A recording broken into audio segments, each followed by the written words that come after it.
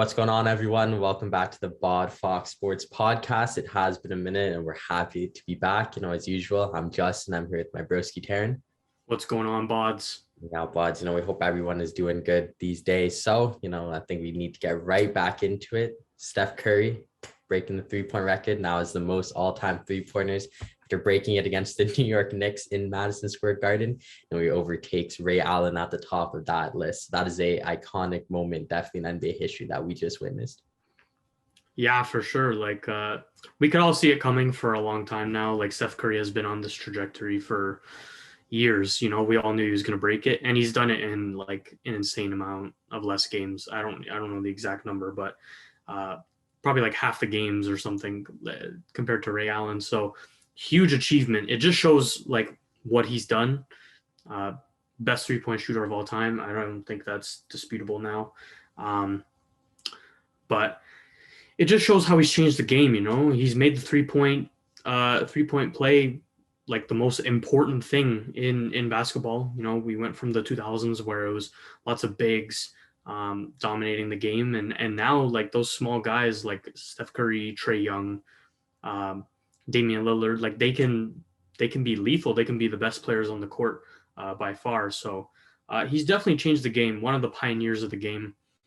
I don't think this changes anything for his all-time ranking, but he's obviously one of the best to ever do it, and just probably one of the best in the modern era. Yeah, I couldn't have said it better myself. It's really crazy to think about, back in the olden days, that generation had Wilt and Bill Russell who were changing the game. And for the reason that you just said, in my opinion, Steph Curry is pretty much on that same level, really, when it comes to changing the game. These days, people just shoot threes and threes and threes. And if you don't have a good three-point shooter on your team, or at least a cast of them, you're not going to win basketball games. And if you go to any local rec center or YMCA, it's just kids shooting up threes. And, that's really because of Steph Curry. So it's a great achievement for him. I'm honored to have seen him play in my lifetime. And yeah, I wouldn't say that it has put him that much higher on the rankings if you didn't have him at a certain place before. But it's definitely, a really big achievement for him personally. And yeah, man, the fact he did in way less games, I think it is half, like you mentioned, it's at least half. So that's pretty crazy to think about too, because everyone knows Ray Allen. He's one of the best wing shooters of all time. And, to do that, to overpass Ray Allen in such less games is a big achievement for sure. Yeah, and to do it at the Garden, that's just that's crazy. It's one of the best courts to play on, one of the best stadiums to be in. The atmosphere is crazy. They were cheering for him. Some of the memes were hilarious, Ray Allen upset after it. But I don't think he's upset. I think for a long time he probably knew this was coming. The game is changing so much that more people are going to start overtaking Ray Allen. That number is not going to be number 2 forever. So because the way people are shooting threes now, especially at the efficiency that they're hitting them, it's crazy, man. Ray Allen back in the day was considered obviously he's considered a top tier player, but he could never be considered one of the best in the league, and now Steph Curry, he's that guy, he's either 1 or 2 in the MVP race, depending on how you look at it. He's 1-2, one of them unanimous MVP. So, 3 rings. He's definitely one of the greatest of all time. And Ray Allen, I don't think he's that upset, but the memes were hilarious. Yeah. Just to see those. Yeah, no, for real. So on that note, speaking of Steph Curry being that guy, I was seeing this debate. Ironically, I think it was Stephen A. Smith. So you obviously, got to take it with a pinch of salt. But he says that Steph Curry has now overtaken LeBron as the basketball idol and figure of this generation. Now, as someone who has, been growing up in this generation, I want to know your thoughts on that, because you've seen both of their careers pretty much your whole life. So what are your thoughts on that? I don't. Is he trying to say just taking over this whole era kind of thing, or is he trying to say just currently? No, he said that this generation's basketball icon is no longer LeBron James. It is now Steph Curry. That's just an L take. That's just so bad, especially because I consider, and many people consider, LeBron James the second best basketball player of all time. That's just so. The fact that you would say Steph Curry, who I do not have in my top 10, you would say he's the new guy. Like that's just bad take. But with Stephen A. Smith, like we got to expect these kind of things, like his takes. He just wouldn't last on Baud Fawk, honestly. I know, right? Yeah, it was pretty crazy to me because I saw that and I thought for a second, I'm like, you know what? Like people might be overreacting, but like at the end of the day, let's just give Steph his moment. And I was like, they both have 3 rings. And I was like, wait, hold on. That's not even an argument because LeBron has 4. So I just genuinely don't see the argument at all. Like LeBron has just been way more successful. I don't even got to speak on it. Like it's LeBron James. If you're watching this episode of Baud Fawk Sports, you know who LeBron James is and what he's done for basketball. So I haven't even got to get into it. So yeah, to me, it's just like Stephen A. Smith, he takes such a great moment that is Steph Curry passing Ray Allen and then makes it into his own. And then I feel like just ruins the moment. It's like, why is that the first thing that you say after he does this? So I think, yeah, that was a pretty L take in my opinion. Yeah, like that's just a mod take. You can't say that kind of stuff on television and expect people not to call you an idiot. Like come on, man. LeBron James is like, no matter how you feel about him, some people really don't like LeBron James, Skip Bayless. But nah, like no matter how much how like bad you think about LeBron James, whatever your feelings are, you have to recognize the greatness. Like he's definitely top 5 of all time. There is no debate. If you think he's outside of the top 5, you're just wrong. Like I don't know what to tell you. So yeah, 4 rings, greatest comeback in finals history. Multiple finals MVP in every single one. Steph Curry just nothing against Steph Curry, but 3 rings, no finals MVPs. So I don't think he comes close to LeBron. And like I said, he's not in my top 10 players of all time. He's probably just outside. So to even compare him to someone like LeBron, who I consider easily number 2, people don't even come close to him. And he's competing with Jordan for that number 1 spot. Like the fact that you would compare him to Steph Curry is crazy. I know he's changed the game and he's great for the young, small guys, but LeBron is he's that guy. Like I think it's just recency bias. Yeah, no, I completely agree. And I think, if LeBron would have started his career in the 90s, so by now he would have been probably washed up and old because he'd be in like year 23 or so. I would get it, but like he's acting like LeBron hasn't been just better than Curry. Like, I'm not going to say he's been better every year, but he's just been at a higher level for way longer. And I feel like, even that 2016 finals, like no matter what Curry does, I think, and you might agree with me, but no matter what, in retrospect, whenever I'm going to think about Golden State, I think the 3-1 lead will come before any championship that they ever won. Because like the 3-1 lead was like massive. And all about it. Like every single time in the day, just be like, yeah, Golden State blew a 3-1 lead. It's like that was big. And LeBron did do that comeback. So yeah, I just think it's awful from Stephen A. Smith to say that because it just ruins the moment for me. But I'm not like surprised that he would say some stupidness like that. It's actually blasphemy. And that's his catchphrase, but it just blasphemy to say that, in all honesty. You can't say that, and I just can't take you serious after you say something like that. And I know he's a Knicks fan, so he was definitely watching the game. Maybe he got caught up in the hype, but man, like what a take! But we've seen him with some pretty terrible takes recently for the past couple of years. Honestly, like you could just tell his standard has just been going down. So yeah, I'm not really surprised at that take, but just mod take. I can't say anything else about it. Yeah. So move on from Steph breaking the 3-point record in the Garden, and maybe we could even talk about the Knicks since we're talking about the Garden, right? The Knicks they continue to struggle. Kemba he's been out of the rotation and they've just looked worse. Not like Kemba was like playing great, but they've been worse without him. So what are your thoughts on the Knicks right now? Man, the Knicks are, I feel like, I don't want to say it, but it's looking like last year might have been a one-off because I feel like the Knicks are now back to being the Knicks. And I hate to say that, but, with all this whole COVID protocols that's been going on, I feel bad because they have lost a lot of players, Obi Toppin, RJ Barrett, even Kevin Knox, who's been playing pretty good basketball recently. He's out with the whole COVID protocol thing. So I do feel really bad for them, in that sense. But yeah, man, Tom Thibodeau benching, I guess benching Kemba Walker is the right word. I don't know if that was like the right decision. I know he had a good bounce back game a few nights ago, but Yeah, it just looked, I don't even know what to say. It just unorganized, disorganized is the right word I could use, because last year, they had a pretty good season in all honesty. I think what they finished as the 5th seed or the 4th seed, something like that. And then, lost in the first round, tough series. And then in the offseason, they got, Kemba Walker, Evan Fournier. And now it's just been like, oh, they're just, maybe that was just a pretend year. And it just sucks because I feel like the Knicks are a fan favorite team, because who if the Knicks are doing good and you're hating on the Knicks, then you're just a really sad person. Like you're just angry because how can you hate on the Knicks for doing good? So I mean, yeah, I don't really know what more to say. I really thought they would have done better, honestly, with the new additions. And I thought they would have taken a step up from last year, but it's been almost the exact opposite. Yeah, so like the record is just getting worse, right? It's sorry, I just had it here, 13 and 17. So Wow. they're 12th in the East.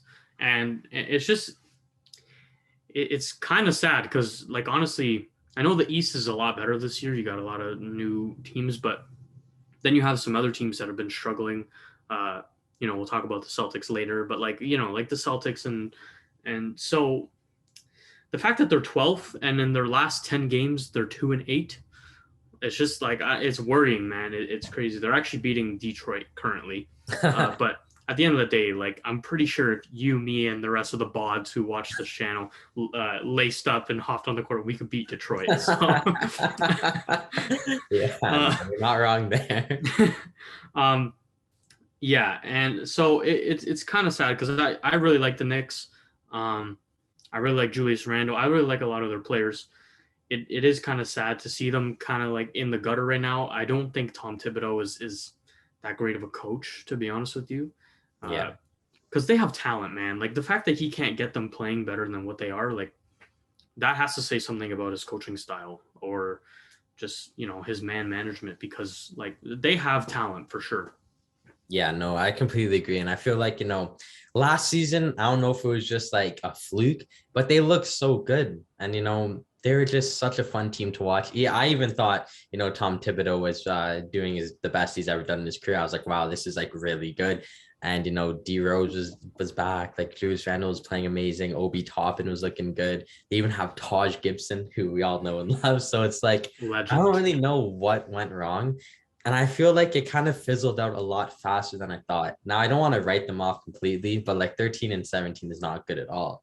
It'll be 14 and 17 by the time this episode is up, though, because like unless they lose to Detroit, which oh my god, then I don't know what to tell you, man. Then that's just bad. Like you heard it here first. If the New York Knicks lose to Detroit, then Tom Thibodeau will be fired before the season ends. But if they win tonight, then they could turn it around. But in all seriousness, yeah, man, like I'm really disappointed because I really do like the Knicks as well. Like, if you don't like them, again, I feel like you're just a sad person. Like, why are you upset that the Knicks are doing good? And yeah, man, I just really hope that they turn maybe if you're a Brooklyn Nets fan. Oh yeah, that too. Well, if you're a Brooklyn Nets fan, then you're probably born in 2016, in all honesty. So, but yeah, no, I definitely think the Knicks need to turn it around. They need to do it fast. Yeah, for sure. I don't know. Maybe we'll see a good run of games coming up, but they lost a bunch, and I think their only win in the past like 8 games or something has been Houston. So. We know all about yeah, we know all about Houston, man. We've had some takes on Houston, and actually, let's just get into Houston. So they've been back on a run. I did say in the past, like I don't even think they'll get 10 wins or 12 wins or something. And then they just went on a run after that. So they've been on a decent run. It's been kind of like depressing to watch, especially they just got rid of Daniel House, who is actually genuinely one of my favorite players in Houston Rockets history. Just because of the year that Russ was there, he was like such a really good role player. Like he fit the system. So to see him gone, kind of sad. I liked him a lot, but yeah, like Houston have been going on a run. I think John Wall actually said he wants to come back and play, and they're just nah. They just have a guy making like $30+ million, almost $40 million a year, and he's like, yeah, like I want to play, and they're like, no. I mean, on that note, I could agree with them because I hate John Wall. But in all seriousness, yeah, I think it was pretty funny that we dropped that episode and you say, yeah, they're not gonna win more than 12 games. And I think they went on like a 6-game winning streak. So, I mean, I don't know what's going on in H-Town, but yeah, I want to give a quick prayers up to Daniel House. I don't know how you get waived by the by the Rockets. That's not a good look. But yeah, no, in all seriousness, John Wall, like I don't like John Wall. I hope they get rid of him because I honestly I hope he retires. Shouldn't even sound like that, but I just don't like John Wall. So I think it's funny that now that they're doing good, he wants to play. So I hope he stays on that bench. But yeah, man, I don't even know what to make of Houston because I feel like just a few weeks ago now, we're like, yeah, this might be the worst team in like NBA history. And now they actually win some games. So I know they got that Jalen Green guy. I mean, I don't think he's gonna win. They were actually playing better without him. Oh, that's when they started their run. He got injured. So yeah, he went down and they started playing better. They've actually lost a couple in a row now. So they're going back to their form. 14th in the West, 10-21. So close to what I said they wouldn't get 12 wins, so I guess I was wrong. They just need 3 more wins, man. Yeah, I mean, like who knows? Maybe they'll go on like a 50-game losing streak, 51-game losing streak. That would make me really happy. But that would be like the funniest, but the most sad story in I think American sports history. If you're a Bulls fan, like that would definitely suck. Sorry, not a Bulls fan. If you're a Rockets fan, then yeah, that would suck. But yeah, like to see them go on that run, I definitely wasn't happy. Mostly because not that I don't like the Rockets, really. It's just like I made that take and then they decided to play. Like you can't do that to me, man. Like they definitely watch Baud Fawk. So. Exactly. They take it personally, like MJ. Yeah, facts. So enough talking about the depressing Rockets. I actually did want to bring up quickly, we were talking about Detroit earlier. Not that I really want to talk about Detroit, but I don't really have much to say about Detroit, but Jeremy Grant, they are looking to trade him and he's a great piece. I love Jeremy Grant. Yeah. Just from his days back in OKC, great role player and he ascended when he went to Detroit. So he's a pretty good piece. He is making quite a bit of money. I think 20 plus mil a year, but like he's good. So, they're looking to trade him. Who do you think should go for him? That's a big question. The first thing that comes to mind, and it's not the Raptors, surprisingly, but I actually think, bro, the LA Lakers need to get Jeremy Grant. That team also should just do anything, but I would love to see him play for the Lakers. It would bring some new life to the team. He's just been a great player all around since going to Detroit. His numbers have, between last year and the year before that, his numbers skyrocketed, immensely. So I'm also a big fan, as you know, of Jeremy Grant. So I think the Lakers, they definitely should do something where they could acquire him, but I don't want to see him go to I was going to say to a worse team, but every team is probably better than Detroit. But I hope he goes to a semi-decent team that might make the playoffs. I don't want to see him wasted like he has been in Detroit. So I would love it if the Lakers were able to get Jeremy Grant. Yeah, see, I don't know about the fit on the Lakers because the Lakers do lack a lot of shooting, but he is a great defensive player and they do need defense. So, decent shout. I don't know what they would trade for him, but definitely a decent shout. I think maybe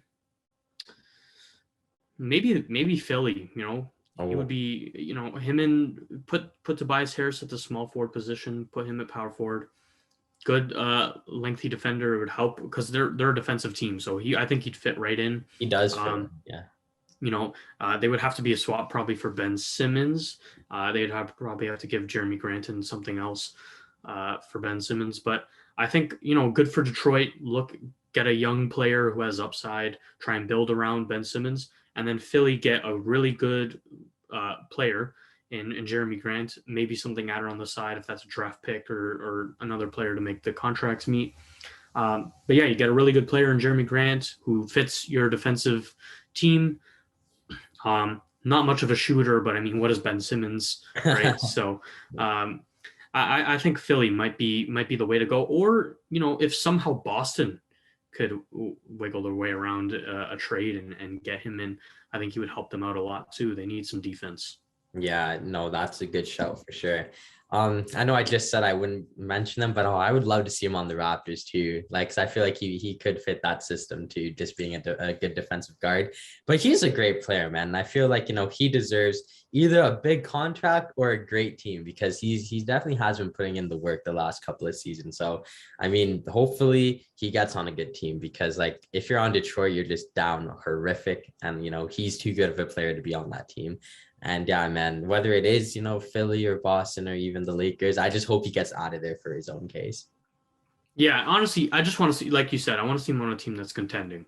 Yeah. So, or at least like good enough to contend. Like I know the Celtics are struggling right now, but on a team like that where he could actually help them win something, maybe if they didn't have to give up too much, even maybe he could help Portland. I know we don't really expect Portland to do much, and we said they should just rebuild at this point. Yeah. But I know they probably won't. So, maybe if Portland could get Jeremy Grant somehow, I think he would be a big help to the roster. I just want to see him playing good basketball. I want to see him on a good team with good players again, because it has been a while. So, Yeah. get him out of Detroit. But honestly, get any good player out of Detroit. They just shouldn't. Like, I just feel bad for anyone. That's why, send Ben Simmons to Detroit. Let him suffer. Yeah, well, he'll be suffering too. It'll just be suffering all around. But yeah, like, Detroit are just they're always rebuilding, but never actually like getting better. Like, yeah, there is no like, oh, I can see them becoming something. Like, what are Detroit? Yeah, no, I remember when Dwayne Casey got fired from the Raptors, the first thing he said, he goes, yeah, like we have a championship culture here in Detroit, and that's something we never had in Toronto. So it's like, okay, first of all, like just get out of my face. And since he's been there, they have done nothing. Like, I hate Detroit so much for that reason because I'm now spiteful of Dwayne Casey. I don't care what he did for us, and we won without him, so he could kick rocks. But yeah, I'll just never forget when he made that statement. I thought, ooh, okay, maybe Detroit will be like a legit franchise again, like the 80s and 2000s. But no, they're just back to being horrible. And I don't even know, is he still a coach on that team? I don't even know. I think so. I'm pretty sure he is, which, like, I thought he was a good coach. And at the end of the day, like, even if you are a good coach, you're working at Detroit, right? So what do you have going for you? So I do think he's a good coach, but nothing special really. Yeah. I think honestly what this could be good for both parties. I personally think that, the Detroit Pistons, they have been struggling, as we both know. So the Detroit Pistons, who have been struggling, I think they need to make a blockbuster trade, and that is to the Portland Trailblazers. And you ready for this, bro? They have to, do an NFL from the 2000s and trade their head coach for Portland's head coach. And then Chauncey Billups could go back to Detroit. And then maybe he'll do something there. And then Portland, who are rebuilding, could have Dwayne Casey. Yeah, well, I don't think Chauncey Billups is that great of a coach, to be honest. So I guess he would fit in at Detroit, really. Exactly. Yeah, it would be a perfect trade. But yeah, no. They got to do a lot of things to get back to relevancy, to be honest. Talking back to, the Wizards, we'll talk about the Wizards right now, talking about bad coaches and talking about having to do a lot to get back to winning. They suck again, which, makes us both happy, obviously, because screw the Wizards. Yeah. How Kuzma has gone back to his terrible form. You love to see it. And yeah, so what are your thoughts on the terrible Wizards? You know what, man? Like, I know we did talk about the Wizards a lot at the start of the season. And I know we always kept saying, yeah, we just hope this doesn't last long. And it kind of was lasting a bit longer than we thought. But now I feel like it's done. I'm so happy to see them struggle. And I don't even want to sound like that. I just hate Washington. And this probably comes, as a Toronto fan, because they did sweep us that one year. Hence why I hate John Wall, if you guys didn't catch on to that. So I just hate that franchise so much. And the fact that they got, like, who's it? Spencer Dinwiddie, Kyle Kuzma, PCP. I don't even know who else is on that team. Who do they get for us again? Who am I forgetting? Montrezl Harrell. Yeah, Montrezl Harrell, KCP, and Kuzma. Yeah, it's like the fact that those dudes, shout out to Bradley Beal though, because I actually like Bradley Beal. But other than him, the fact that that team was doing good just made me so upset. And the fact they still have Neto, it's like I hate Neto so much. So I'm so happy that that they're doing bad. And honestly, I don't know about you, but I just feel bad for anyone who owns a Washington Wizards jersey, bro. I don't want to hear it, man. Okay, I don't. You had to do what you had to do, man. Yeah, no, like I definitely wouldn't ever in my entire life have gotten a Wizards jersey. Like literally never. There is no player in Wizards history that I would be like, oh, I want a jersey of his. And then Russ went there, so like I just like I had no choice. But yeah, it does suck to if you are a Washington fan. I did have to endure it for a year. I do feel bad for you, but at the end of the day, like if you don't live in Washington, like what are you doing, bro? Like, there's no way you support the Wizards if you don't live in Washington. Even if you live in Washington, like just pick another team, dude. Like, like seriously. So yeah, they're 3-7 in their last 10. You love to see it. 16-15. So they still have one game above 500. Their next game is against the Nets. It has been postponed, as have a lot of games, due to the CV. But yeah, so I'm happy to see it. I know you're happy to see it. I feel like most NBA fans are happy to see it because, like, if you're not a Washington Wizards fan, you probably hate the Wizards. Like, you probably just don't like them. Like, we all like Bradley Beal, but that's about it. That's probably where, like, it ends, Yeah, like the reason why I hate them so much is because those like Lakers players were so bad last season for us, and to be fair, like KCP, I do call him the PCP dude, but like he was decent, but Kuzma and Harrell had to go. So the fact that we gave up like PCP and two players who have the same athletic ability as players from the YMCA for Russell Westbrook, I was just very happy. So, now that they're doing bad, maybe the Lakers will start to do good. Maybe that'll happen. Honestly, like I'm just losing hope for the Lakers. Like I don't know if that's bad, like, but I'm genuinely just losing hope every time they play.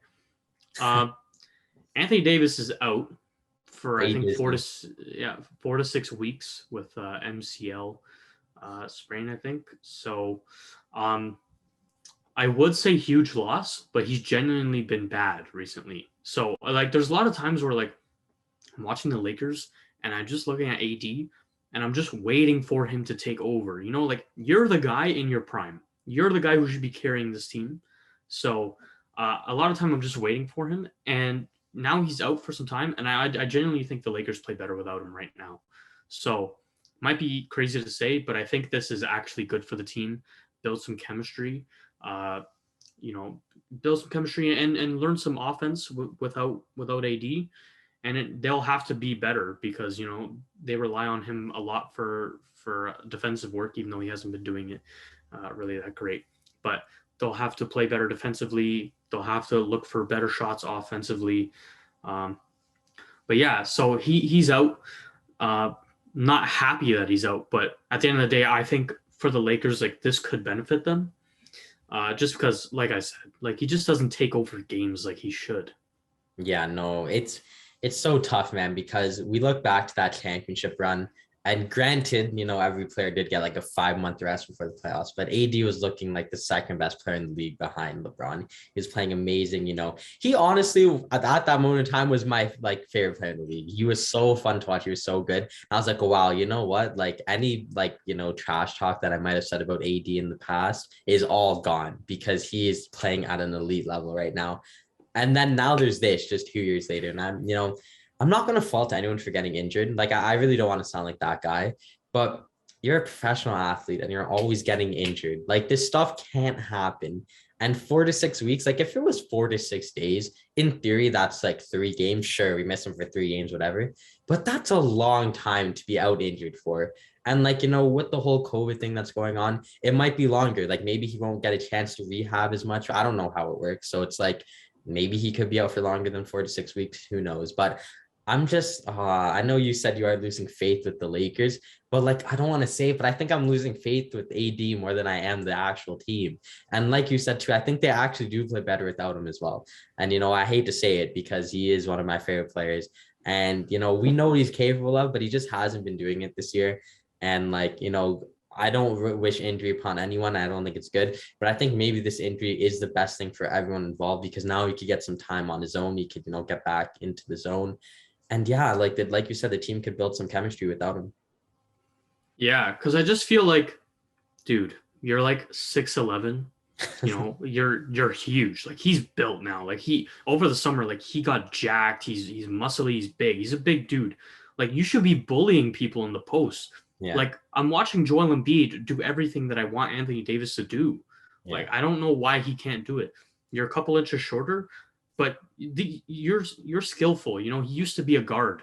Yeah. So he's good on the ball. He should be dominating players, man. He's just not. Like I feel like he settles for jump shots too often. Like, dude, you're literally one of the biggest players in the league. Like if I had to fight Anthony Davis, I'd cry. So like you should be making people cry on the court, man. Like you should be destroying them in the post. Like you're soft, man. Like he just settles for a bunch of jump shots. I was like, you're not that guy, man. He's been shooting the worst from three, I think, in his entire career. He's taking a bunch. Like, yeah. I just don't know what he's doing, man. So I think this is decent for the Lakers, I guess, for them. Yeah, it's just hard to see because I remember, when LeBron was absent and the team was struggling, but there were games where AD and Russ would go off for like, they'd each have like over 25 points, probably over 10 boards and yada, yada, yada. But it's just hard because, when the Lakers got like Melo and Russ and, brought back Dwight Howard, like everyone was like, okay, you know what? Like they are going to make a run for it. But my main point was like, these are all just assets to play around Anthony Davis because he's going to take over, be a top 5 player in the league. Because I truly believe on his day, well, at least what I saw in that playoff run, he looked like he was the second best player to me. Like he was unstoppable. But now it's such a regress. And like you said, he's, shooting his worst in his career. He's settling for jump shots and he's just not making them. And it's like, come on, dude. Like you're supposed to be our guy. You're our number 2 behind LeBron and you're playing like that. So I think, I expect him to be the number 1 this season. That's what I wanted. He should be the number 1. LeBron is 37, man. Yeah. He's getting injuries. Father Time is catching up with him. I don't expect LeBron to be the number 1 anymore. It should be AD. Yeah, and it's just, I don't know, man. It's just like, I could see why, and I hate saying something like this, but like I could see why people say, oh, well, it's a Mickey Mouse ring because like he got 5 months off with the injury. Because it's like,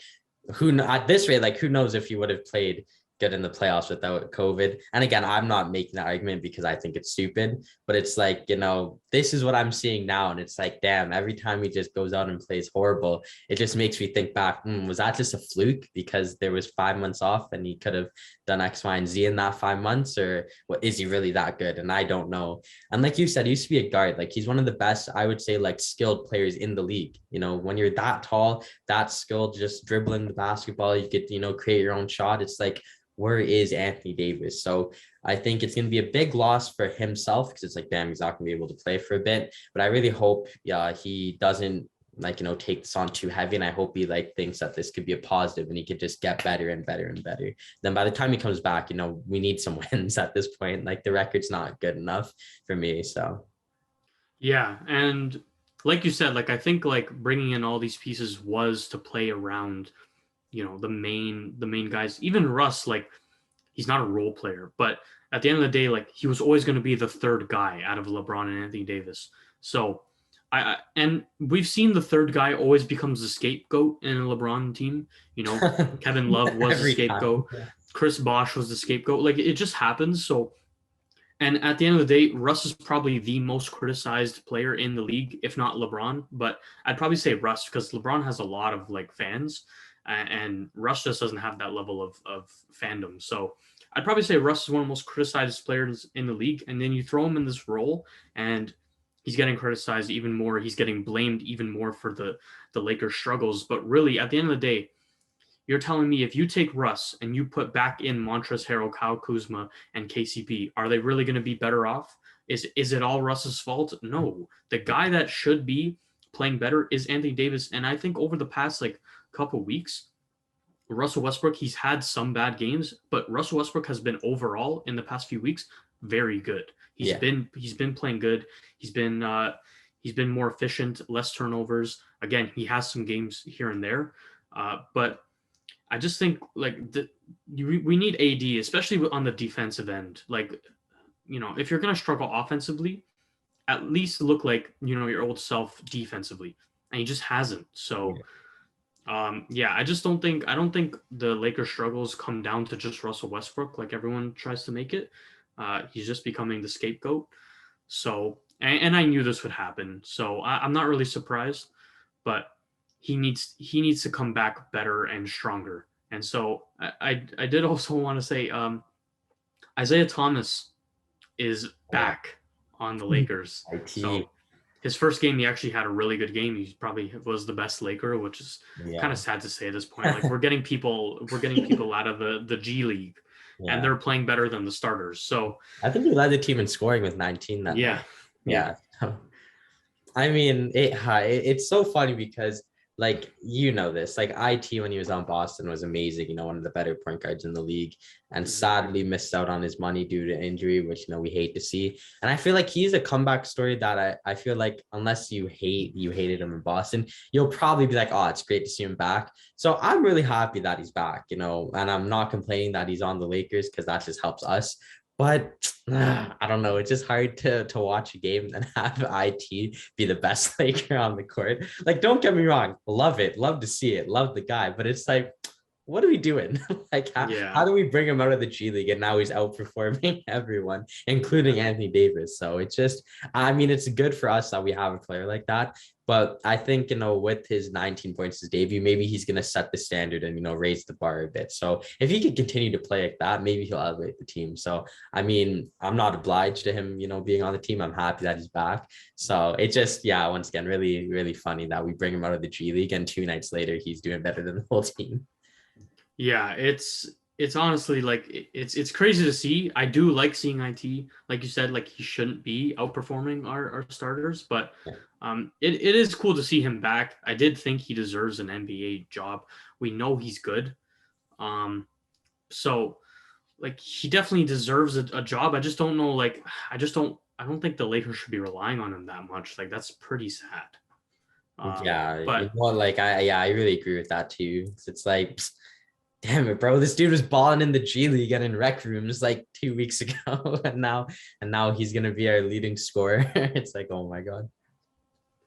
Yeah. So it is kind of insane, but cool to see. I'm happy he's back on the team because we do need some consistent offensive production from the bench because Melo is good, but pretty much only in home games. If we're playing away, like Melo is just trash for some reason. So, cool to have him as a role player, but we need him to pretty much carry that second unit really because we just don't have consistent production. And I know like there's players like Malik Monk, but again, inconsistent. And that's just what it comes down to with the Lakers. Like they're just inconsistent on both sides of the floor. So maybe he can help bring some of that good mentality. I think the Lakers are struggling with a winning mentality right now, and he was one of the MVP candidates that 1 year in Boston. He was like third or fourth in MVP voting. So we know he can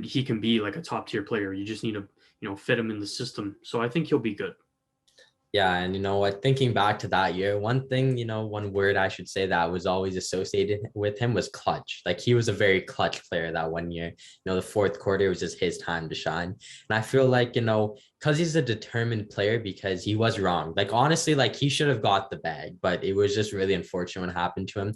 So he wants to win that championship. He wants to prove himself. So I feel like just his mentality being there of like, we need to do it. Where we're not going to be playing together for that much more years anyways because we're all old. Like I just hope he'll lift up the spirits, and maybe that starts when he comes back with AD. Like if AD comes back and is playing at a high level because maybe someone like Isaiah Thomas has set that, then we could talk about this team winning a chip. But at this point, man, like we're doing a lot of things wrong that we can't be doing at this point. And I remember I'd said before I'd give it to All-Star break, but it's like even now it's like, damn, bro, like we need to change. So I hope IT could be, some sort of a change for us going forward.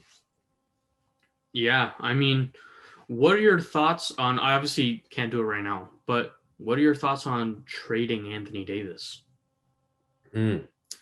I mean, that's a big one. I was thinking about that before, but I just think the thing about trading Anthony Davis is like, you know, in theory, it's like a crazy idea, but in all honesty, like, it's not that bad of an idea in the sense where like he's a marketable player. Like no one would say no to AD. It's not like he's like, LeBron or Westbrook or Melo where he's old. Like he's still young.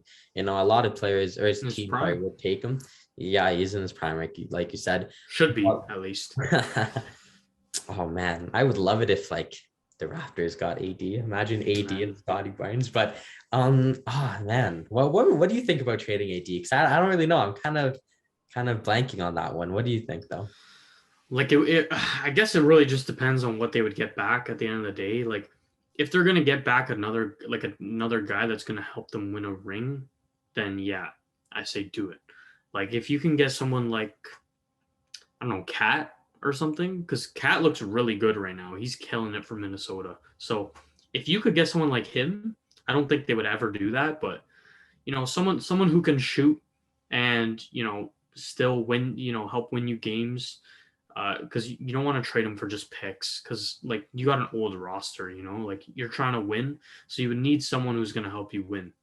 So I'm not sure who that would be. I don't think a lot of teams in the league can really offer something that compares to Anthony Davis. So it would be hard to find. But if you could somehow get a trade, like if the Celtics were willing to give up, I don't know, Jason Tatum or something, like if you could get someone that's really good and can help you, I say do it. But I just don't think they can. Yeah. Okay, so I thought of one in my head. I need to know your thoughts on this, if it is even likely. So, we all know where LeBron started, Cleveland, Ohio. That's his, his hometown. He brought them a championship. So obviously he knows who works there. What if he gave them a call and said to them, you know what, man, if you want Anthony Davis, all you gotta do is give us, I don't know, maybe Evan Mobley, maybe also threw in Jared Allen and, Darius Garland. What are your thoughts on that? Those three players for A Disney. Give us your whole young core for Anthony Davis. I don't think they would do that, to be honest, especially just seeing his injury problems. And I think the Cavs know that they have to rebuild. Like bringing AD is not going to do anything for you. So, I mean, like to be honest, you're not wrong, but it is the Cavs. Like at the end of the day, they're not the brightest. If a team were to do that, besides maybe, and we could talk about them being a trade suitor, but besides maybe the Sacramento Kings and the Cavs, I don't think any team would actually do this. But since it is the Cavs, I mean, who knows? I don't think they would do it either, but that could be interesting. Imagine if they got, Jared Allen. I was going to call him Josh Childress Jr., but imagine they get Jared Allen and Mobley and Garland. That would be something. Honestly, the Lakers would definitely be better off than what they're getting currently from Anthony Davis. I think honestly, like even if you take out like Darius Garland, I think we're still winning the trade. Yeah, with Mobley. Jared Allen gives you that defense. Same with Mobley, he gives you that defense. They'll give you around the same offensive production as him currently. So yeah, I genuinely think that the Lakers would probably be better off with them, which is kind of sad to say. But like I would if I was the Lakers. I just don't think they would ever do something like that. The Cleveland Browns, or at least it's not the Browns. Sorry, the Cavaliers. Everyone in Cleveland just sucks. It's hard to keep track of who's who. But in all seriousness, like I think they know they have to rebuild, so I don't think they would ever do that. But you did mention Sacramento though, which Anthony Davis, I don't think they'd give up De'Aaron Fox, but Anthony Davis for like Buddy Hield and Obi Toppin. Sorry, not Obi Toppin. What's his name? I don't remember. And Marvin Bagley the third. Oh Bagley, he's there as well. So maybe Harrison Barnes. Like I don't know. Like they have a couple pieces. Maybe they would actually be like a great idea. I didn't even think about that. And Sacramento would be the team to do some stupid stuff and trade them. So I mean, we Yeah, know like all about shout. Sacramento and their front office. So can you just imagine, the GM gets a call. It's like, hey, man, it's LeBron James. You want AD?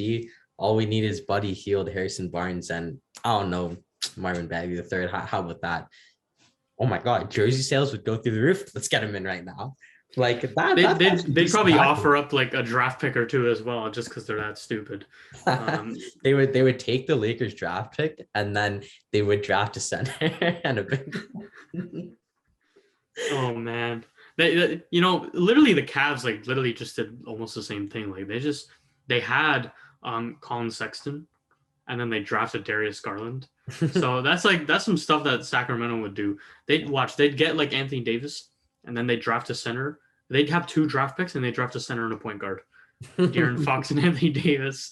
But in all seriousness, like I don't know who would do a trade for Anthony Davis, but I just heard some buzz about that because if they have any big trade piece, like that's probably who it is. No one's gonna take on Russ right now, just because at the end of the day, like he's like 33, I think, making almost $40 million a year. Like his contract is insane, right? So his value in the league isn't really that high just because of his age and his contract. And then you get like LeBron, who's also making an insane amount of money. He's 37.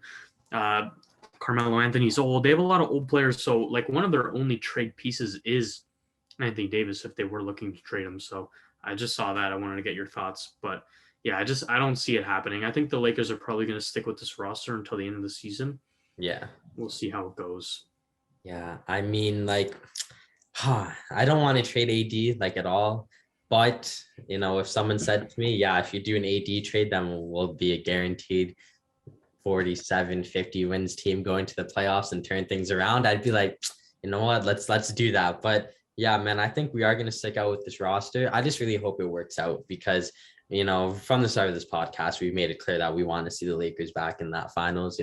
You obviously more than me because you need rest to get that ring. So I really hope it can happen. I'm not writing them off despite, their current record and the current situation. I'm never going to write off a team with LeBron. Like, I don't care about like the rest of that team. If you have LeBron, like, you might do something. So I'm confident in saying that they could get there and turn it around, but I just need to see it because I can't keep saying, yeah, man, trust me, they're going to turn it around and then them lose to like, I don't know, Minnesota. So it's like they need to do something. Yeah, for sure. So they got a lot to do. I do want to talk about the Indiana Pacers. They have said that they want to rebuild, and Sabonis wants out. So, I mean, we could talk about some trades for him. What are your thoughts on the Pacers rebuilding and Sabonis wanting out? I just think that, oh man, the Pacers, I'll just never forget, game 7 against the Cavs that one year. I think it was 2018, maybe. They were so close to actually like winning. And in that moment, you didn't think that would be like the peak of this new era, whatever you want to call it. But like, it's really sad that it was because they did have something good going, I feel like, as a franchise. And now it's like, oh man, the fact they never capitalized off that or did anything more, whether it was like a second round exit or a conference finals exit or something like that. It just sucks to see. So Sabonis is obviously a very talented player. And I think, he shouldn't really be on a rebuilding team. Similar to Jeremy Grant, like we mentioned earlier, if the team's going to rebuild, then like you should let Sabonis walk. Like he's very talented. He could be on a contender in all honesty. So I'm not surprised that he wants out. I think I would want out as well if I was him. It's just a matter of where, it's like who's going to take them. What do Indiana want? Because if they're rebuilding, trading probably their best player, they probably want like draft picks, I would say, or at least one good player in a pick. So I don't know who's going to give that to them. I don't know if they're going to meet asking prices. It all really depends on what Indiana wants to do with Sabonis, but I definitely think that they should trade him for if he wants to leave. Yeah, so because they were talking about either trading him or Miles Turner, and then Miles Turner was upset because I think Miles Turner is also a really good player, and he was saying basically like they don't use him like anything more than role player. So even he was upset. But I do think if I was going to trade one of the two, it would probably be Sabonis. Even I know he wants out now, but even before that, just because his value is high, like you could get some franchise changing stuff for him, because we've seen what he can do in the past. like you said, like the Pacers, that being their peak that one year, like you said, I think 2018, 2019 or whatever. It is kind of sad because we saw them on a great trajectory. They were going off in the playoffs. They've been doing a lot better. Oladipo was a great player, and now he's not doing much on Miami. But I expected big things from Indiana in the future, and now it just kind of looks like they're going to be stuck in this mediocre like realm again, or even get worse. So kind of sad to see. Sabonis, I think he's making like just less than $20 million a year, which for him, that's a great contract. He definitely has value. The teams in the league that need like a power forward or like a big man, I don't know. I think maybe he's better as just the center if you can get him to just do everything as a center. So you'd probably be looking at a team like maybe the Celtics. I don't know, like a lot of teams have like their good center already. So it's hard to pick a team for sure that would go for him. I don't know. Like, what do you think? Yeah, no, that's a good question. I think, Sabonis, he's a very good player. He's very talented. It's in his genes, obviously. So, but, it might be a big take, but I don't know what role he would play. Maybe he'd be a starter, maybe he'd come off the bench. I think maybe the Brooklyn Nets should take a shot at him, bro. Get him on that team, get some depth. They need to win a ring. They need to do it with this team. Granted, we don't want them to do it this year because obviously we have other hopes. But I think, just continue to stock that team if I'm like Steve Nash and the execs. If he's available and no one else is showing like a genuine pursuit of him, why I would pull the trigger. Like, why not? They did just lose. Well, not just, but they lost, Jared Allen a bit ago now.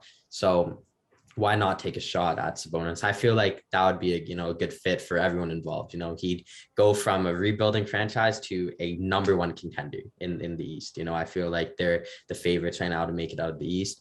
And he'd be surrounded with great players. They would, add a new player to their championship aspiration. So I'm going to go with the Nets. I think they should take a swing. Yeah, I didn't even think about the Nets. That's a great idea. Either the Nets or I was just looking at your jersey. What about the Raptors? Oh, that's a good one, because I do have this conversation with my granddad a lot. As much as I love like Precious Achiuwa and Kem Birch, they're like, they're not amazing. They're not bad. They're just mid. Like, they're great players, fan favorites, you love them. But I think, he would be really good on us. Imagine if we had Sabonis with Scotty Barnes, Van Vliet, Siakam, Gary Trent. Like, that's solid. Well, you have to trade something. I mean, for money, like money-wise, like matches up similar to Van Vliet, but I don't think that's a good trade for you guys.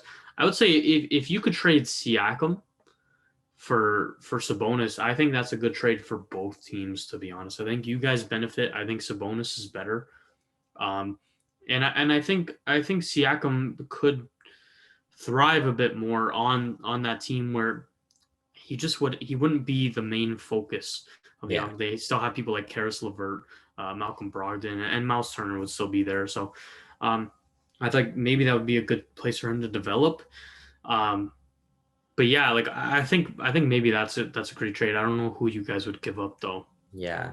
I think the thing about, and maybe you could relate to this in a way, but the thing about making a trade with, when your favorite team is involved is that the player that you get is always like a great idea. And then you realize what you have to give up. And it's like, damn, I don't want to give up any of those guys because I love them. It's like, it's my team. Like, I wouldn't give up Gary Trent Jr. for Durant. Well, okay, I would, but it's like, I love Gary Trent Jr. He's one of my favorite players. And same goes with Siakam. Like, I love that guy. So it would be really hard to see him like leave. Sabonis is probably better right now. I would agree with that too.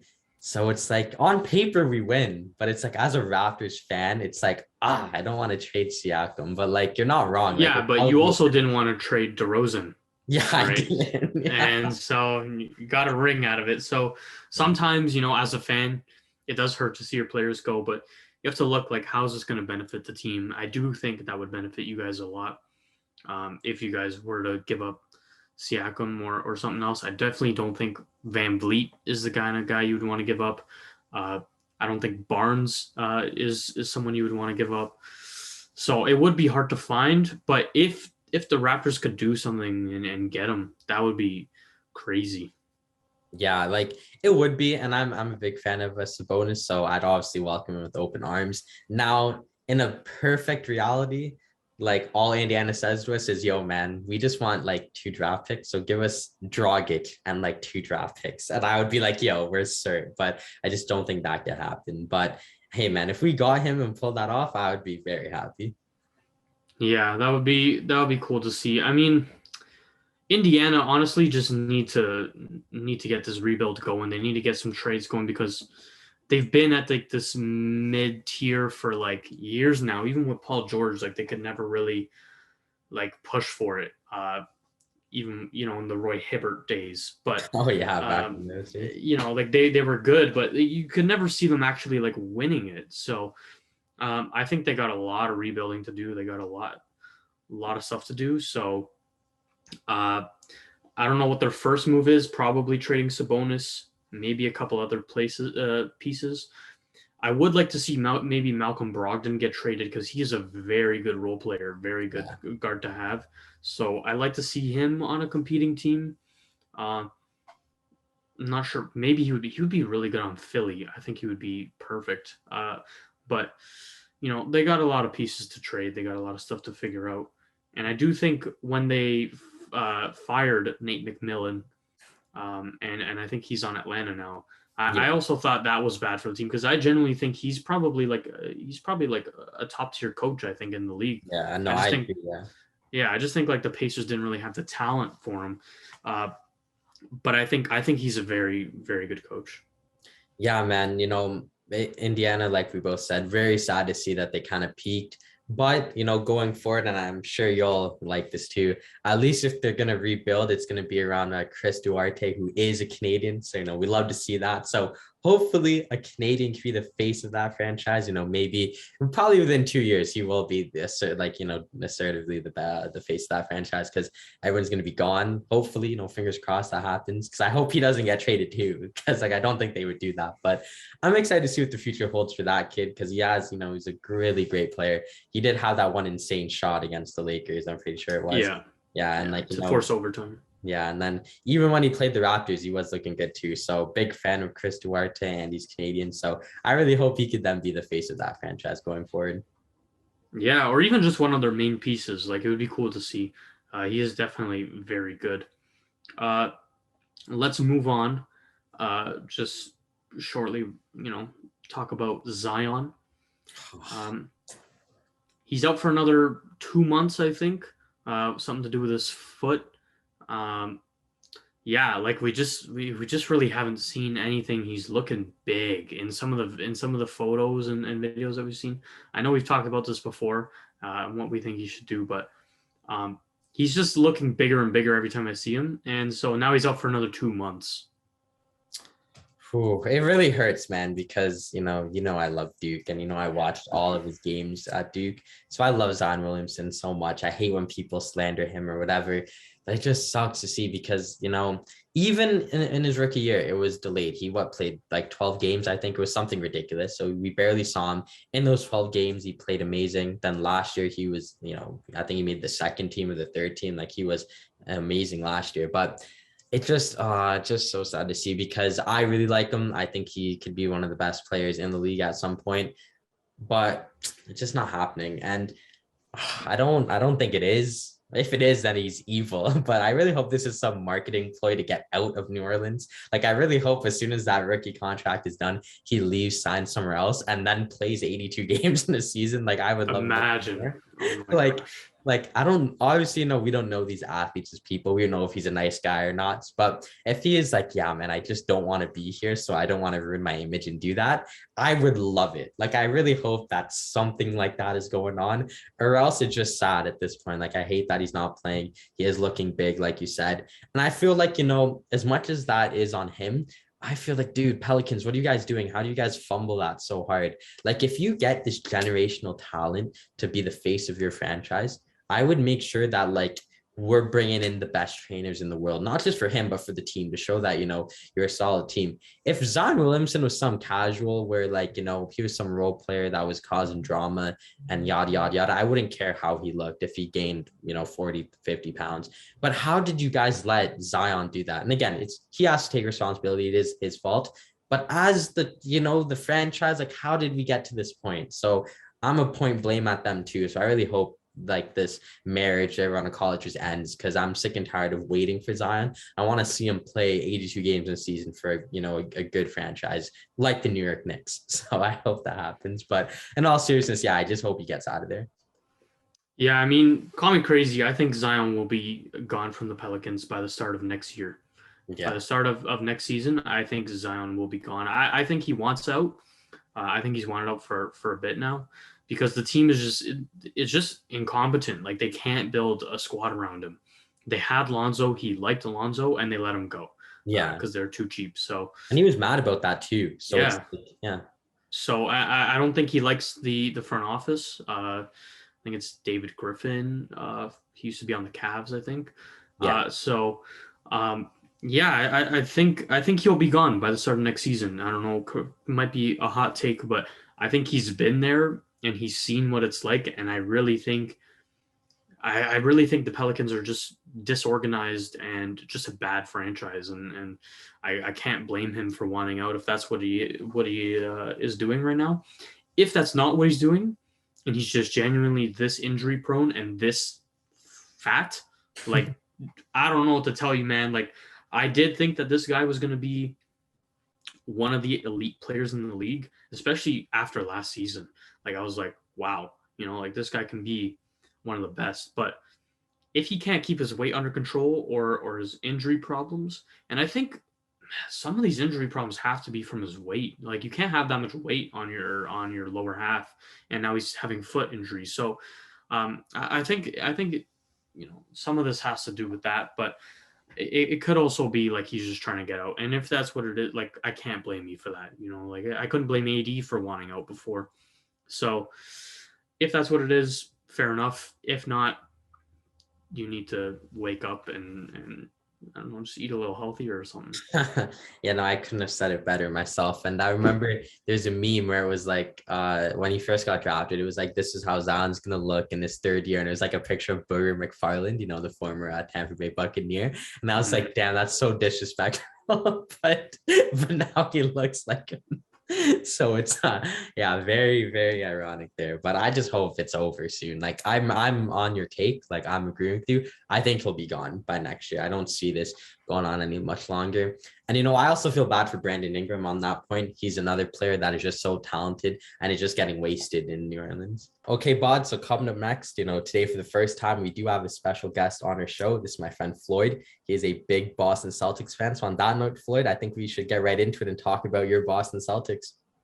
Hey, thanks for having me, Justin. And let's talk about the Celtics here. The Celtics, we've been struggling a lot for the past few years, and this year is just an even bigger showcase of our lackluster team. Our stars are inconsistent. Oh, okay, bro. Oh my God. Okay, we'll just continue on from there. Yeah, so our stars are inconsistent. They're always injured. We don't have a good bench. We have a new coach now, as Brad Stevens moved up higher in the organization. And it's just been a real struggle with the season. Obviously, we're sitting ninth in the Eastern Conference, and we have a losing record. So to start off, I think that Jason Tatum obviously is one of the best players in the league, in my opinion, a top 15 in the league. But Jason Tatum has been really struggling for us this year. He's been dropping points, but his shooting has been not very well. A few examples right here. December 1st against the 76ers, he dropped 26 points, shooting 9 for 20. Against the Clippers, 29, 9 for 20. And against the 76ers the other night, he dropped 17, shooting 5 for 14. And that is not good enough at all. Those are obviously not good numbers at all, man. And I'm a big Jason Tatum fan, as both you guys know, and I just hate to see the Celtics down bad because, I like to watch them, but, Tatum's doing stuff like that. And overall, it's just been a disaster. So Tarren, bro, what do you think's going on with the Celtics? I mean, Floyd should be able to answer that. I do think, maybe coaching, like he did say, Brad Stevens moving on, like to up to the general manager, and Ime Udoka, that's his name. Floyd, what do you think about Ime Udoka? I'm not going to put a lot of blame on him, because honestly, when I think Brad Stevens was one of the best coaches in the league when we had him, and even Brad Stevens was not getting the best of results from this team. So for him to come in and have this team and not really have a lot of opportunities to do things in the offseason, I don't think he's done terribly. It could be a bit better, but I think that most of the blame for me is going to go on the players instead of the coach. Yeah, do you think he's set them up for success, though? Like, do you think his system is comparable to Brad Stevens? Because Brad Stevens was elite. I think that the system is comparable in terms of Brad Stevens, in the way that we always seem to start out games very well and then end up having a terrible third and fourth quarter and losing. So I do think there's a little bit of work that needs to be done with the system, but like I said, I do think there's a little bit of work that needs to be done with the system. But like I said, it's his first year here, and I think that with some time and proper opportunities to move a team around, he can make us get back to where we need to be. Yeah, that's very valid, Floyd. So now just a question, and if the Baud Fawk fans do remember, a few episodes ago, we did talk about a potential trade, with the Boston Celtics and the Sixers. I did propose that if I'm the GM, I want to take a shot and I would potentially trade Jaylen Brown for Ben Simmons. So now, as a Celtics fan hearing that, what are your thoughts on that? That's a tough one, because I think that, Ben Simmons is not as bad as people make him out to be. I mean, he struggled a little bit towards the end of last season, obviously, but I think there's been a big overreaction about how bad he really is. Obviously, with one of our biggest weaknesses being that point guard position, I think that Ben Simmons, especially with the way that he wants to get out of the 76ers, obviously, I think that if he goes to a different team, he'll get back to his best. But the problem comes with trading Jaylen Brown. Jaylen Brown's only played 17 games for us this year out of the 31 so far. He's been struggling a little bit with injury, and his shooting has been as bad as Tatum's this year. But at the same time, in the beginning of the season, he was the only reason we weren't losing games. And he's been here for a few years, and honestly, I would not take that trade at all. Yeah, it's interesting, man. We did make similar points before on that note. And I mean, I'm still going to stick with it. I think if I'm Brad Stevens, I would take a shot. But, hey, we heard it from the Celtics fan. You would keep him. So that's valid. That's valid. Yeah, no, I agree. Like, Jaylen Brown, especially at the beginning of the season, like Floyd said, like, he was killing it. He was their best player. So I think, he's a part of that team. I don't think they would trade him. And if I was in that position, I wouldn't, especially not for Ben Simmons. Yeah, that's very valid, and hey, man, I don't know what the Celtics are going to do, because they do have a lot of season left. And, at first they did look like, they're a team that wants to win a championship. But Floyd, what do you think the expectation is now for the Celtics at this point? I mean, I think the bare minimum is got to be to make the playoffs. You can't be the Boston Celtics and not make the playoffs. So I think us making the playoffs, or actually making the tournament at least, is probably the best, or the bare minimum for us right now. Yeah. And you think what's next going forward, though? Because if you guys do make the play-in tournament as the 9 seed or whatever it is, and you guys don't make it in, so where do you guys go from there? It seems like you guys are a lost team right now. Oh, we are a lost team. And the only way that you get through a lost team is just by rebuilding, and I accepted that a while ago. I think I really began to accept that the other year when we lost to the Heat in the Eastern Conference Final, because that was literally just a showing of what we did the whole season. In the last game, we were up by 20 or something, and all of a sudden we lost the lead and ended up losing the game. Justin, you were there with me, and you saw how that frustrated me after that. But that's been a summarization of us. We always come out strong and then end up losing at the end. So I think going forward, like I said, I'm kind of expecting a rebuild period. So I just want to see us make some good moves, get some deadwood out, spend our cap space wisely, and just, I think that what our biggest thing right now is a point guard. Last season, I complained a lot about our position in the paint, but we got Horford back. Robert Williams been having a great season, and I think our biggest problem right now is that we're too reluctant on ISO offense. We're reluctant on get the ball to Jaylen Brown or Jason Tatum and hope that they score. We don't have a facilitator. And I think that's the biggest thing that we need right now. Yeah, I mean, do you also think though, like that the front court needs some new life in there? Because Ennis Cantor or Freedom, Ennis Freedom, I guess. Sorry, he's not a good defender. You guys need some rebounding as well. And there's some turmoil going on in Indiana. They're looking to maybe trade either Miles Turner or Sabonis. Like, would you maybe be interested in one of those guys? Sabonis is a difficult one because, like I said, not Jaylen Brown. What is Robert Williams has been doing really good for us this year. I think I've been really happy with him. I noticed really last season that he was going to have a big year this year. And I think Horford's done pretty well as well. So I don't know if bringing in Sabonis now would be the best idea because he'd probably take those minutes off of Robert Williams. But I wouldn't. I don't know. I wouldn't be opposed to it. It's just we have to make it work. Like possibly we could put him at power forward, move Jason Tatum back to small forward. But no, I don't think I'd take Sabonis right now. Yeah, I mean, fair enough. I just defensively in the front court, it's shocking. We just saw against Philly, Joel Embiid just dropped 41, and I know he's obviously a quality player, right? I think he's the best center in the league, so I expect him to be destroying certain teams. But, the defense is just lacking. If you're going to let a guy drop 41 and just drop back-to-back, like, clutch buckets on you, like, something is going wrong back there.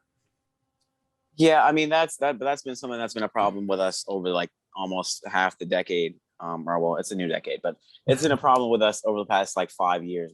Like I said, we really have not had a good interior defense. I think Robert Williams has been very good for us this year. He's been good on the defensive end, but when he goes out, it kind of becomes a problem for us defensively because, like you said, we have these older guys such as Cantor, who can't really keep up with Joel Embiid. So I think we definitely do need to look at bringing someone younger that's more defensive. I remember when we got Moses Brown, I was really, really happy with that accusation, but we ended up moving him away right afterwards. And that's an example of bad offseason moves that I think we need to tighten up if we're going to get back to competing for championships. Yeah, no, for sure. And yeah, man, Joel Embiid, obviously a very good player, but he just dominated you guys the other night. And it was like, wow, amazing to see because Joel Embiid, like Tarren says, probably, at least top 3 center in the league minimum. So to see him go to work like that against the Celtics was, a joy to watch as a mutual fan, but I'm sure as a Celtics fan, that must have been tough to see. Yeah. But yeah, so I think, I think we should move on from there. We did talk about your Celtics. So let's talk about someone who used to play for the Boston Celtics, and that is star point guard Kyrie Irving. Now, I don't know if you did just hear, but Kyrie Irving is now getting the green light to play away games outside of New York for the Brooklyn Nets because he still is not vaccinated. So what are your thoughts on this whole Kyrie situation, how it's, unfolded? My thoughts on this Kyrie situation are the same thoughts that I've thought since he was at the Celtics. I think Kyrie is a very selfish player and someone who is not really fit to lead an organization. This COVID situation has been really, really funky, a bit strange for all of us. But at the end of the day, for me, if you're a player in the NBA who's contracted to make millions of dollars and your team needs you to play and all you have to do is take a vaccine, I think that you should be taking the vaccine. And, Kyrie, he's been iffy about that. And I think that just shows his selfishness towards like himself over his team. But at least he's coming back now because as much as I dislike Kyrie, he probably is good for the NBA, one of the best point guards ever. So he's good to watch. Yeah, I mean, I think I do think it is his choice at the end of the day if he doesn't want to get it, but it will be nice to see him back on the court. He does drop, he can drop 25 and just in his sleep, really. He can shoot from anywhere on the court. Probably best handles I've ever witnessed. Allen Iverson a bit before my time. But, it is kind of weird just to see only away games. It's going to be weird with the team chemistry. You've seen in the past with the Celtics that team chemistry already with Kyrie can be kind of low. So now that he's only there for certain games, do you think that's going to affect the team in a big setting? That's a tough one. I don't really think it'll affect it that much because this season, James Harden and Kevin Durant have been amazing. They were amazing Kevin Durant last has season. been amazing. They've Tarren has been up and down. That's kind of fair, I guess, but I don't think it's going to affect it that much because I think that if he comes back and all he'll have to do is just play decent. Like he doesn't even have to come in and drop 25 per game, like you said, that we definitely know he has the potential to. He could just come in and drop maybe 15, 20 a game, get a couple of assists, and the Nets will be functioning as they've been functioning this season. Yeah, you know what? Like, as a big Kyrie fan myself, I'm very excited to see him back, but it will be kind of weird because, every other game, essentially, he just won't be playing because of, reasons. And now, as you might have heard, he did enter the COVID health and safety protocol. So he's now out for an extended period of time. So now that he's back, he's just back out on the sideline. So it'll definitely be interesting to see what happens. Now, Floyd, I want to know your thoughts because we have talked about this in the past. What are your thoughts on the idea of the Nets trading Kyrie Irving? I think it's a good idea. Yeah. Like I said earlier with this COVID stuff, and just like Tanner was saying here, it's a bit difficult if he's coming in every other game. That's like I said, I don't think it'll affect the chemistry that much, but it definitely does affect it, and it could cause some problems. So I think that trading him is probably a good idea. They definitely can still get some value out of him because everyone in the NBA knows that Kyrie can lead a team. And it might even be a thing where the Celtics can maybe go to pick up Kyrie again, because we definitely do need a point guard. But I think that trading is probably the best idea at the moment. He is making a lot of money though, and you're talking about a guy who can only play away games. So if you do trade for him, you're gonna have to give up something big, and then you're getting a guy who can play maybe half the season. So I don't know if there's a lot of teams out there that would actually want him. And even the Celtics, at the end of the day, like you would have to give up like a pretty big piece at the end of the day just to match even salaries. So even if you guys did get him and he can play like half the games for you, is he really going to fix the problems for you guys, even if he's just there, at the time? That's a great point. That is a very, very good point. And that's what I mean about Kyrie. It's just a really difficult situation in general. Only being able to play half the games in an NBA season, it's tough. And like you said, at the end of the day, it really is his decision whether or not he gets this vaccine. But for me personally, I think that as a basketball player whose contract is his organization's, that he should probably get it just to make things simpler. Yeah, we know Kyrie though. I don't think he will. Yeah, he's not going to. Yeah, man. I mean, as much as I love Kyrie, he is a very animated person. And I mean, in fairness, he is just being himself at times, but like, come on, man. One day the earth is flat, the other day dinosaurs didn't exist. Now it's like, I don't really know what's next for Kyrie, but all I know is that the first game that he's eligible to play, I definitely will be watching because I do miss seeing him play. And like Floyd did say, he is better. The league is better when he is in the league. So hopefully it can work out. I don't know what's next for Kyrie. I have said in the past that I wouldn't be surprised if he just retired at the end of the season because, he might not get a contract with the Nets now. So it'll definitely be interesting to see what happens with Mr. Irving. Yeah, it'll be nice to see him back on the court for sure. But I don't know how much it's really going to help the Nets, especially because they're already having issues this season. They're kind of mediocre. And then he's going to cause a lot of locker room headaches, I think. Just even the media just asking the players questions all the time, like, oh, what about Kyrie? Are you happy that he's back? Are you mad that he can only play half the games? Yeah. Like, they're going to be going wild with this. So it will be cool to see him again, but I don't know. I don't know if that's actually great for the Nets. Yeah. I mean, you pretty much hit it right on the money there, Yeah. With Kyrie, you get the talent, but you also get that media presence. And as I'm pretty much, we could all agree that like media presence as just a human being is just annoying. Like, you don't want that camera being in your face all the time. And even for other players, like, if a player has a good night, drops 15, they'll probably get asked about Kyrie when they just went out and had a great game. That definitely can be annoying. So I definitely think that, at this moment in time, Kyrie is definitely a handful to have back on the team, even though the Nets do need him because, who doesn't need a Kyrie Irving on their team? It's just going to be a bigger issue off the court than on it. So, I mean, hey, man, only time will tell. I really hope it works out for Kyrie because, yeah, I'm a big fan of his. So, and you guys know that. So let's hope it does work out for Kyrie. Yeah, for sure. All right. Well, I think that is it for this segment. I do want to thank all the Bauds for showing up, and I do want to thank Floyd for showing up again. Thanks for having me. Yeah, very happy to have you on this episode, Floyd. And yeah, thank you for your time. Yeah, so nice to see you guys, and please like and subscribe, and we will put Floyd's social media down below if you want to go check him out.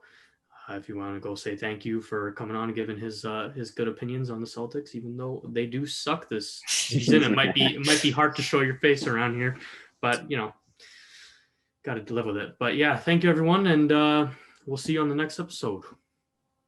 Thank you guys.